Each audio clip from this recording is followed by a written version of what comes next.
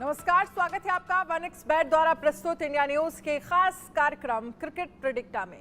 शानदार फॉर्म में चल रही 2 बार की पूर्व चैंपियन कोलकाता नाइट राइडर्स आज अपने होम ग्राउंड पर इस सीजन के आखिरी मुकाबले में मुंबई इंडियंस से खेलेगी। कोलकाता ने अपने 11 में से 8 मैच जीते हैं और अंक तालिका में सबसे ऊपर काबिज है, जबकि मुंबई इस सीजन में कमाल दिखाने में नाकाम रही है। मुंबई ने 11 मुकाबलों में सिर्फ 4 मैच जीते हैं, अंक तालिका में 9वें नंबर पर है। आपको बता दें कि मुंबई की टीम प्लेऑफ की दौड़ से बाहर हो चुकी है। आज के मुकाबले पर ज्यादा बात करने से पहले बात कर लेते हैं कल अहमदाबाद में हुए धमाकेदार मुकाबले की। गुजरात टाइटंस ने कल अपने home ground Narendra Modi stadium में चेन्नई सुपर किंग्स को 35 रन से हरा दिया। चेन्नई ने टॉस जीतकर गेंदबाजी चुनी। गुजरात ने 20 ओवर में 3 विकेट के नुकसान पर 231 रन बनाए, जबकि आपको बता दें कि जवाब में चेन्नई की टीम 20 ओवर में 8 विकेट पर 196 रन ही बना सकी।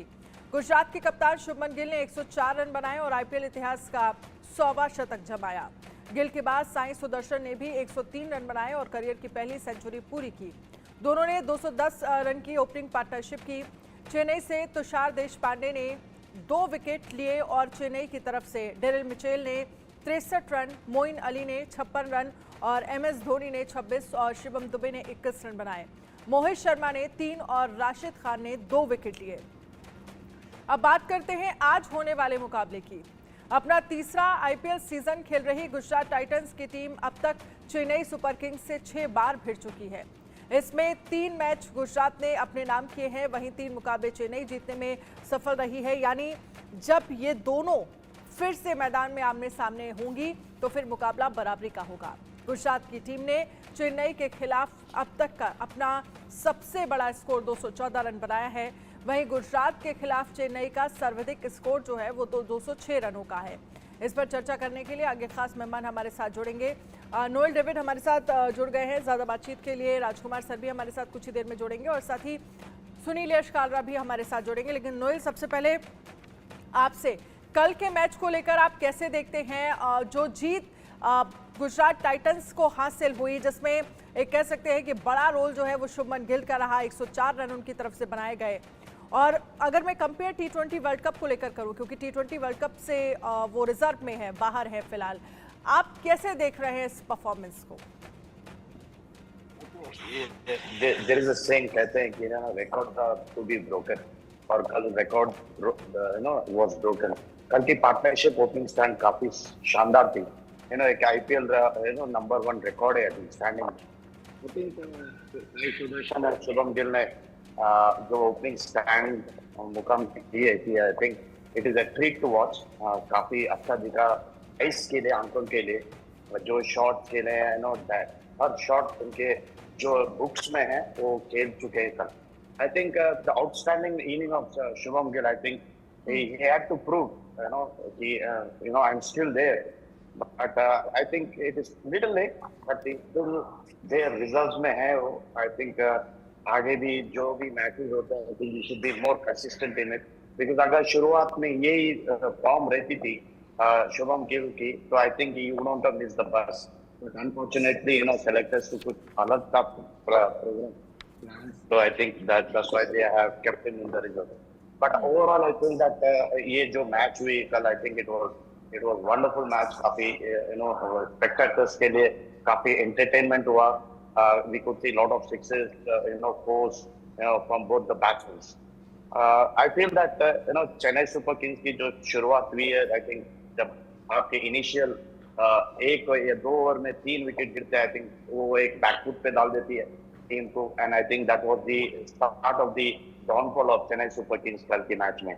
I think जो भी रिवाइवल करे मोइन अली और मिचेल ने, but unfortunately they couldn't cross the boundary। लेकिन आपको क्या लग रहा है, चेन्नई सुपर किंग्स के हाथ से कहां मैच हाथ से निकल गया? क्या उनकी तरफ से मिस्टेक हुई? कहां पर वो चूक गए?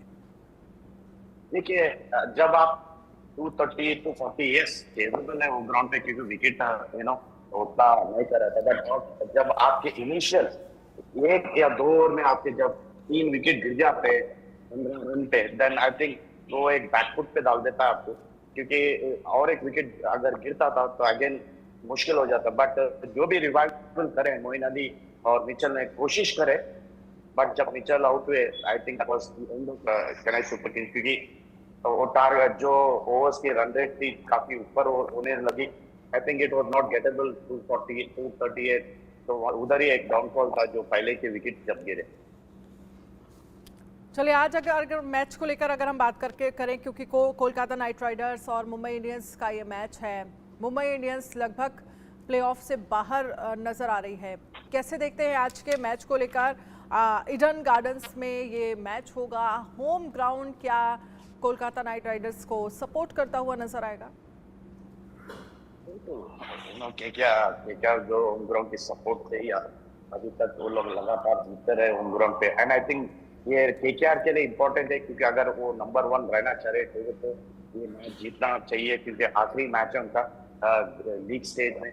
So I think they will not leave anything unscored, unturned, because Gautam Gambhir, जैसा मैं previous shows में बताता हूँ, गौतम गंभीर बहुत shrewd कोच है, easy नहीं लेंगे मैच को। अदर एंड मुंबई के लिए एक प्रेस्टीज है कि केकेआर को होम ग्राउंड में बीट करने के लिए आई think they will have that spirit, क्योंकि सूर्य कुमार यादव जो एक काफी शानदार फॉर्म में जो एक 100 करे सारे के against, I think that was a brilliant 100। Tilak Varma है, रोहित शर्मा है, they have a good fight, but they have to play for the pressure. तो ये मैच जीतने के लिए केकेआर बीट करने के लिए होम ग्राउंड। बिल्कुल, लेकिन इसके साथ ही क्योंकि एक तो होम ग्राउंड है, लेकिन यहाँ पर ये लास्ट मैच है केकेआर वर्सेस मुंबई इंडियंस का। लेकिन अब कैसे देख रहे हैं आप, क्या चुनौतियाँ इस बार मुंबई इंडियंस के सामने होंगी? क्योंकि तमाम मैचों को लेकर हम बार बार इस बात पर डिस्कशन करते हुए नजर आते रहे हैं, और शायद यही वजह है कि प्लेऑफ से मुंबई इंडियंस बाहर है, जो 5 बार आईपीएल खिताब जीत चुकी है। चूक कहाँ होती रही बार बार? राजकुमार सर भी हमारे साथ जुड़ गए हैं, आगे उनसे भी हम चर्चा करेंगे। नोएल, इसके लिए ये मैच प्रेस्टीज के लिए खेलना पड़ेगा, जीतना पड़ेगा उनके लिए, क्योंकि उनको पता है कि they are out of the competition, IPL के बाहर है। तो आई थिंक उनको इम्पोर्टेंट क्या रहेगा कि केकेआर को बीट करना, उनके होम ग्राउंड पे बीट करना। That will be their strategy, that will be their planning, because I think they have the side, they have beaten good side, and I think this will be a prestige game for Mumbai Indians. And I feel that at the same thing, KKR will go all out to be number 1. They have to beat Mumbai Indians to be number 1 again. So I think this will be a good match to be watched. आगे देखेंगे कि Mumbai Indians की जो जो strategy रहेंगी, planning रहेगी, that has to be looked, because they cannot take this game lightly, because they are playing KKR on their own side. ठीक है, आगे भी हम आपसे प्लेयर्स को लेकर, बॉलर्स को लेकर भी चर्चा करेंगे, लेकिन राजकुमार सर हमारे साथ जुड़ गए हैं और साथ ही अतुल वासन, पूर्व भारतीय क्रिकेटर, भी हमारे साथ जुड़ गए हैं। राजकुमार सर, सबसे पहले तो कल के मैच को लेकर आपसे आपकी प्रतिक्रिया समझना चाहेंगे, क्योंकि गुजरात टाइटंस अगर कल जीती है तो इसमें बहुत बड़ा एक तरह से कह सकते हैं कि योगदान जो है वो शुभमन गिल का रहा है। 104 रन उनकी तरफ से बनाए गए, और दूसरी तरफ हम T20 वर्ल्ड कप में उन्हें रिजर्व में रखा गया है। कैसे देख रहे हैं आप? तो देखिए, बहुत अनफॉर्चुनेट है शुभमन गिल का मिस करना वर्ल्ड कप के लिए, क्योंकि मैं एक्सपेक्ट कर रहा था कि जिस तरह की वो फॉर्म में थे और जिस तरह की क्रिकेट उन्होंने पास 2 सालों में खेली है, आप कुछ इनिंग से किसी प्लेयर को नहीं जज कर सकते कि आप उसको वर्ल्ड कप में नहीं लेके जाएं। But unfortunately has missed out, और लेकिन उन्होंने फिर बताया कि उनमें क्या क्लास है, जिस तरह की उन्होंने बल्लेबाजी की और दिखाया कि उनकी क्लास बहुत अच्छी है और बहुत ऊपर की क्लास के प्लेयर है वो। तो वो अनफॉर्चुनेट था उनका यहाँ से मिस आउट कर जाना, लेकिन हाँ अभी रिजर्व में है। भगवान नहीं करे कि उन्हें मतलब इंडिया को रिजर्व की जरूरत पड़े, लेकिन कल उन्होंने अपनी क्लास फिर से दिखाई, और हम सभी जानते हैं कि वो एक ऐसा खिलाड़ी है जो भारत के लिए तीनों फॉर्मेट में लंबे समय तक खेल सकता है, बिकॉज उनकी टेक्निक अच्छी है और उतना ही अच्छा उनका टेम्परामेंट है। अतुल वासन, आपको क्या लग रहा है इस पर? आपका क्या कमेंट है? आप क्या सोच रहे हैं, क्या समझ रहे हैं? क्योंकि कल अगर गुजरात टाइटंस जीती तो एक बड़ा योगदान शुभमन गिल को जाता है। हाँ जी, कि जाना चाहिए, क्योंकि जब 2 ओपनिंग सलामी बल्लेबाज 100 लगा दें तो उसके बाद आप सोच सकते हैं कि हाल क्या रहा होगा दूसरी टीम का। पर मैं पूछना चाह रहा हूँ राजकुमार से, अगर पिक करते शुभमन गिल को तो ड्रॉप किसको करते टीम में से? देखिए अतुल, मुझे लगता है कि अभी भी हमारे पास एक शायद बैट्समैन शॉट है, और जिस तरह हमने 2 लेफ्ट आर्म दोनों एक ही स्किल सेट के लिए हैं, रविंद्र जडेजा और अक्षर पटेल, तो शायद उनकी जगह पे, अक्षर की जगह पे हम एक बैट्समैन ऐड कर सकते थे। नथिंग अगेंस्ट अक्षर, अक्षर एक वंडरफुल प्लेयर हैं, कोई डाउट नहीं है, लेकिन अब हमारे पास 3 लेफ्ट आर्म स्पिनर हो गए और साथ में चहल भी हैं, तो वहां पर हम एक बैट्समैन को एकोमोडेट कर सकते थे। वो स्क्वाड में ही करते एकोमोडेट। मुझे लगता है कि 11 में खिलाने की बात होती तो उनको 11 में क्या खिलाते। 11 में देखिए डिपेंड करता है, आप चूज करते कप्तान के पास एक चॉइस होती है कि आप यशस्वी को खिलाएं या उनको खिलाएं, और अगर बाई चांस कभी कोई प्लेयर ज्यादा अच्छा नहीं फॉर्म में होता तो आपके पास एक एटलीस्ट बैकअप रहता है, एक चॉइस रहती है। और दैट टू इतना अच्छा शानदार खिलाड़ी अगर आपके डगआउट में बैठा हो तो आप ये कप्तान के लिए एक बहुत अच्छी खबर होती है कि एक ऐसा प्लेयर है कि जिसे मैं कभी भी मैदान में उतार सकता हूँ और वो मैच विनर है। जी हाँ, पर मुझे लगता है जी एक सबसे बड़ी प्रॉब्लम जो लगती है कि जब हम कहते हैं ना इंडिया इतना बड़ा देश है 140 करोड़ लोगों का, तो मैं चाहता हूँ कि इसमें अगर तीनों फॉर्मेट में अगर ज्यादा से ज्यादा खिलाड़ी खेलते रहे, जैसे कम से कम 8 खिलाड़ी ऐसे हैं जो तीनों फॉर्मेट खेल रहे हैं, ये अनहेल्दी है इतने बड़े देश के लिए। नहीं, अनहेल्दी नहीं है। तो ये देखिए, ये डिपेंड करता है प्लेयर की क्लास पर। आप अब ये बहुत सारे इस तरह के डिस्कशंस होते हैं कि यूपी इतना बड़ा स्टेट है, वहां पर 4 टीमें होनी चाहिए, सौराष्ट्र, गुजरात और वहां पर बड़ौदा में 3 टीमें हैं, ये यूपी में अलग है।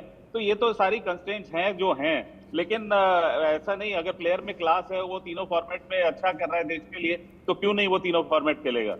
ठीक है, इस पर नोएल इतनी क्लास है तो हमें वर्ल्ड कप लगातार जीतते रहना चाहिए वैसे, अगर हमारे में इतनी क्लास है। दैट इज अनफॉर्चुनेट कि हम आईसीसी ट्रॉफीज नहीं जीत रहे हैं। और अगर हम देखें तो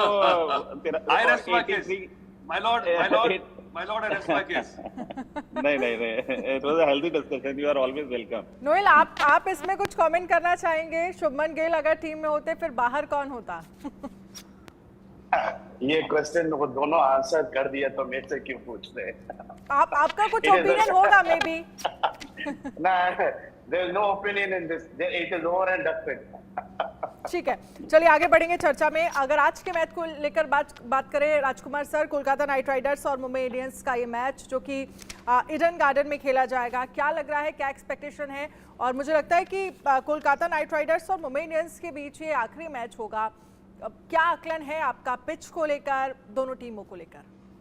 देखिए, मुंबई के पास खोने को कुछ नहीं है, दे आर ऑलमोस्ट आउट, तो वो अपनी प्राइड के लिए खेलेंगे और ऐसे में वो खुलकर खेलेंगे, तो वो जरूर एक बड़ी चुनौती दे सकते हैं कोलकाता को, जो काफी अच्छी क्रिकेट खेल रही है, अपने होम ग्राउंड पर खेल रही है, एडवांटेज जरूर है। लेकिन मुझे लगता है कि मुंबई कैपेबल है कुछ भी करने के लिए, और वो एक सरप्राइज दे सकती है कोलकाता को। अतुल, आपको क्या लग रहा है? मुंबई कैपेबल तो है, लेकिन वो कैपेबिलिटी इस पूरे आईपीएल में मुझे नहीं लगता कि शायद नजर आई होगी।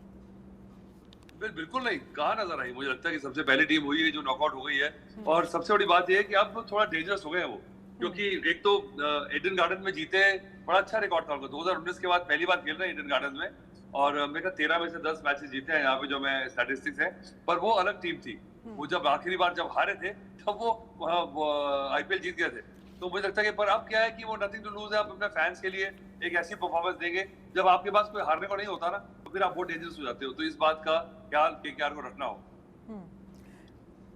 नोएल, क्योंकि जब आप खेल रहे हैं सिर्फ इसलिए क्योंकि कोई फर्क नहीं पड़ता आप पॉइंट टेबल पे ऊपर हैं या नीचे हैं, क्योंकि आप ऑलमोस्ट प्लेऑफ से तो बाहर हो ही चुके हैं, तो क्या एक ऐसा परफॉर्मेंस देने की जरूरत है मुंबई इंडियंस को जो कम से कम एक रिकॉर्ड तो जाते जाते बना दे?